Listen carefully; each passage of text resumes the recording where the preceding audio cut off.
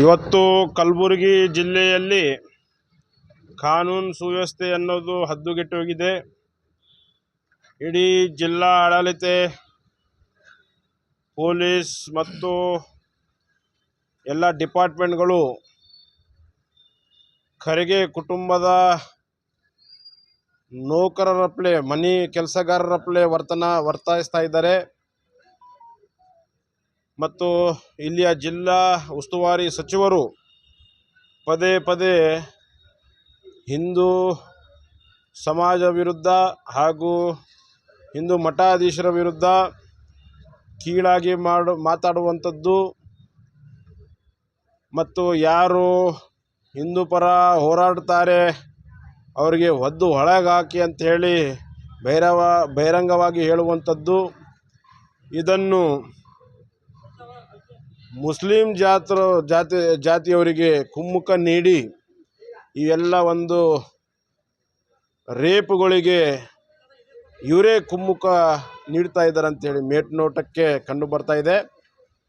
ಯಾಕಂದ್ರೆ ಕೆಲವು ದಿವಸ ಹಿಂದುಗಡೆ ಚಂದ್ರಂಪಳ್ಳಿಯಲ್ಲಿ 75 ವಯಸ್ಸಿನ ಒಂದು ಅಜ್ಜಿಯನ್ನು ರೇಪ್ ಮಾಡಿದವನು ಸಹ ರೇಪಿಸ್ಟ್ ತಯ್ಯಬ್ ಎನ್ನುವ ಮುಸ್ಲಿಮ್ನದವ. ನಂತರ ನಮ್ಮ ಜಿಮ್ಸ್ ಆಸ್ಪತ್ರೆಯಲ್ಲಿ ಒಂದು ಮಗುಗೆ ಶ್ರೀನಿವಾಸ್ ಸಗರ್ ಅಂಥೇಳಿ ಆ ಮಗು ರಾವೂರ್ ಒಂದು ಮಗುಗೇನು ಸಹ ಕಿಡ್ನಾಪ್ ಮಾಡಿದ್ದು ಇದೇ ಒಂದು ಸಮುದಾಯದ 2 ಬುರ್ಕ ಹಾಕ್ಕೊಂಡು ಹೆಣ್ಮಕ್ಕಳು. ಅದೇ ಥರ ನಿನ್ನೆ ಯಡ್ರಾಮಿಯಲ್ಲಿ ಆಗಿರುವ ಘಟನೆ 11 ವರ್ಷದ ಬಾಲಕಿ, ಆ ಬಾಲಕಿಯನ್ನು ಸಹ ರೇಪ್ ಮಾಡಿದಂಥದ್ದು ಇದೇ ಮುಸ್ಲಿಂ ಸಮುದಾಯದ್ದು. ಎಲ್ಲೋ ಕ್ಲಿಯರ್ ಕಟ್ ಒಂದು ಅನಿಸುತ್ತೆ. ಇವರು ಏನು ಜಿಲ್ಲಾ ಉಸ್ತುವಾರಿಗಳಾದರೆ ತಕ್ಷಣವೇ ಪ್ರಚೋದನಾಕಾರಿ ಭಾಷಣವನ್ನು ನಿಲ್ಲಿಸಬೇಕು. ಹಿಂದುವನ್ನು ತೆಳಗಿಟ್ಟು ಮುಸ್ಲಿಮನ್ನು ಮೇಲೆ ಎತ್ತು ತಾವು ಮಾತಾಡೋದು ಬಂದ್ ಮಾಡಿರಿ. ನೀವು ಮಾತಾಡೋ ಕಾರಣನೇ ಇವೆಲ್ಲ ಕಾರಣಗಳು ಆಗುವಂಥದ್ದು. ನೀವು ಏನಪ್ಪ ಅಂತಂದರೆ ಮತ್ತೊಮ್ಮೆ ಇದೇ ಥರ ಯಾವುದನ್ನ ಘಟನೆ ಆದರೆ ನೀವು ಮತ್ತೆ ಪದೇ ಪದೇ ಹಿಂದೂ ಮುಸ್ಲಿಂ ಅಂತ ಹೇಳಿ ನೀವು ಮುಸ್ಲಿಮರಿಗೆ ಮೇಲೆ ಎತ್ತಿ ಮಾತಾಡೋದು, ಹಿಂದೂವರಿಗೆ ತೆಳಗೆತ್ತಿ ಮಾತಾಡಿದ್ರೆ ನಿಮಗೆ ಎಚ್ಚರಿಕೆ ನೀಡ್ತಾ ಇದ್ದೀವಿ. ಮುಂದೆ ಬರುವ ದಿನಗಳಲ್ಲಿ ನಾವು ಕೂಡ್ತಿರಲ್ಲ, ನೀವು ಎಲ್ಲಿರ್ತೀರಿ ಅಲ್ಲಿ ಬಂದು ನಿಮ್ಮ ಬಾಯನ್ನು ಬಂದ್ ಮಾಡಬೇಕಾಗುತ್ತೆ. ಈ ಒಂದು ಪ್ರೆಸ್ ಮೀಟ್ ಮುಖಾಂತರ ತಮಗೆ ನಾವು ಎಚ್ಚರಿಕೆ ನೀಡ್ತಾ ಇದ್ದೀವಿ. ಜಾತಿಯನ್ನು ತಾವು ಸೆಕ್ಯುಲರಿಸಮ್ ಅಂತ ಹೇಳಿ ತಾವು ಮಾತನಾಡೋರು, ತಾವು ಸಂವಿಧಾನ ಅಂತ ಹೇಳಿ ಮಾತಾಡೋರು, ಮೊದಲು ನೀವು ಸಂವಿಧಾನವನ್ನು ಓದ್ರಿ, ಸಂವಿಧಾನ ಬಗ್ಗೆ ತಿಳ್ಕೊಳ್ರಿ.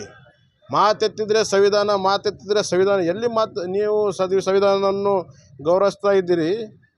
ಯಾವ ಒಂದು ಪದದಲ್ಲಿ ಇದೆ ನಿಮಗೆ ಮುಸ್ಲಿಮ್ಗೆ ಮೇಲೆತ್ರಿ, ಹಿಂದೂದವ್ರಿಗೆ ಹಿಂದೆ ತೊಳಿ ಅಂಥೇಳಿ?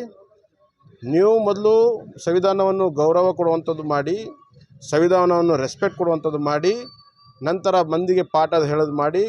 ಮುಂದೆ ಬರುವ ದಿನಗಳಲ್ಲಿ ಎಲ್ಲ ಜಾತಿ ಜಗಳ ಹಚ್ಚೋದು ಬಿಡಿ. ಮತ್ತು ಈ ಒಂದು 11 ವರ್ಷದ ಬಾಲಕಿಗೆ ಏನು ಅತ್ಯಾಚಾರ ಆಗಿದೆ, ಈ ಒಂದು ಏನು ಒಬ್ಬ ಹಾಜಿ ಮಲಗ್ ಎನ್ನುವ ಆ ಮಾಸ್ಟರು ಇದು ಒಂದೇ ಪ್ರಕಟಣೆಯಲ್ಲಿ ಈಗ ಬಂದಿದ್ದು, ನಮ್ಮ ಕಣ್ಣಿಗೆ ಬಂದಿದ್ದು ಒಂದೇ ಪ್ರಕಟಣೆ. ಆ ಯವ್ವ ಬಂದು ಹೇಳಿದ್ದು ಇದೇ ಥರ ಭಾಳಷ್ಟು ಪ್ರಕಟಣೆಗಳನ್ನು ಮಾಡಿದ್ದಾನಂಥೇಳಿ, ಇದೇ ಥರ ರೇಪ್ ಮಾಡಿದ್ದಾನಂಥೇಳಿ ನಮಗೆಲ್ಲ ಕಿವಿಗೆ ಬಂದಿದೆ.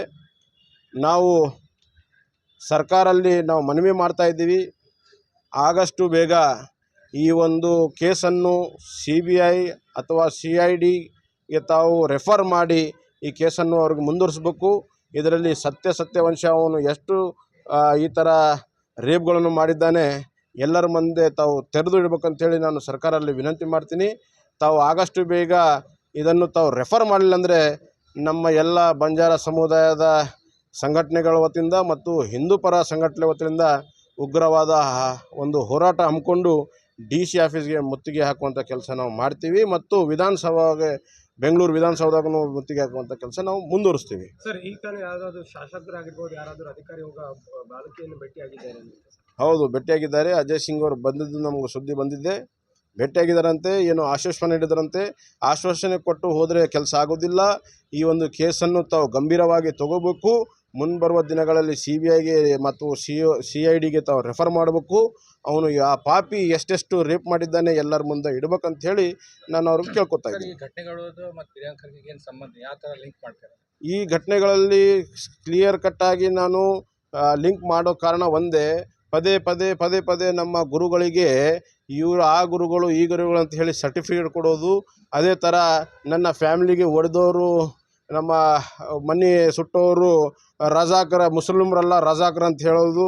ಇದೇ ಥರ ಏನು ಅವರು ಭಾಷಣಗಳಲ್ಲಿ ಮುಸ್ಲಿಮ್ಗೆ ಸಪೋರ್ಟ್ ಕೊಡುವಂಥದ್ದು ಏನು ಮಾಡ್ತಾ ಇದ್ದಾರೆ ಅದು ಮೇಲ್ನೋಟಕ್ಕೆ ಕಂಡು ಬರುತ್ತೆ. ಇವರೆಲ್ಲೋ ಮುಸ್ಲಿಮರಿಗೆ ಒಂದು ಬೂಸ್ಟ್ ಕೊಡುವಂಥದ್ದು ಕೆಲಸ ಮಾಡದ ಕಾರಣ ಈ ಮುಸ್ಲಿಮರು ನಮ್ಮ ಒಂದು ಹಿಂದೂ ಮಹಿಳೆಯರಿಗೆ, ತಾಯಂದಿರಿಗೆ ದೌರ್ಜನ್ಯ ಮಾಡ್ತಾ ಇದ್ದಾರೆ ಅಂಥೇಳಿ ಮೇಲ್ನೋಟಕ್ಕೆ ಕಂಡು ಬರುತ್ತದೆ.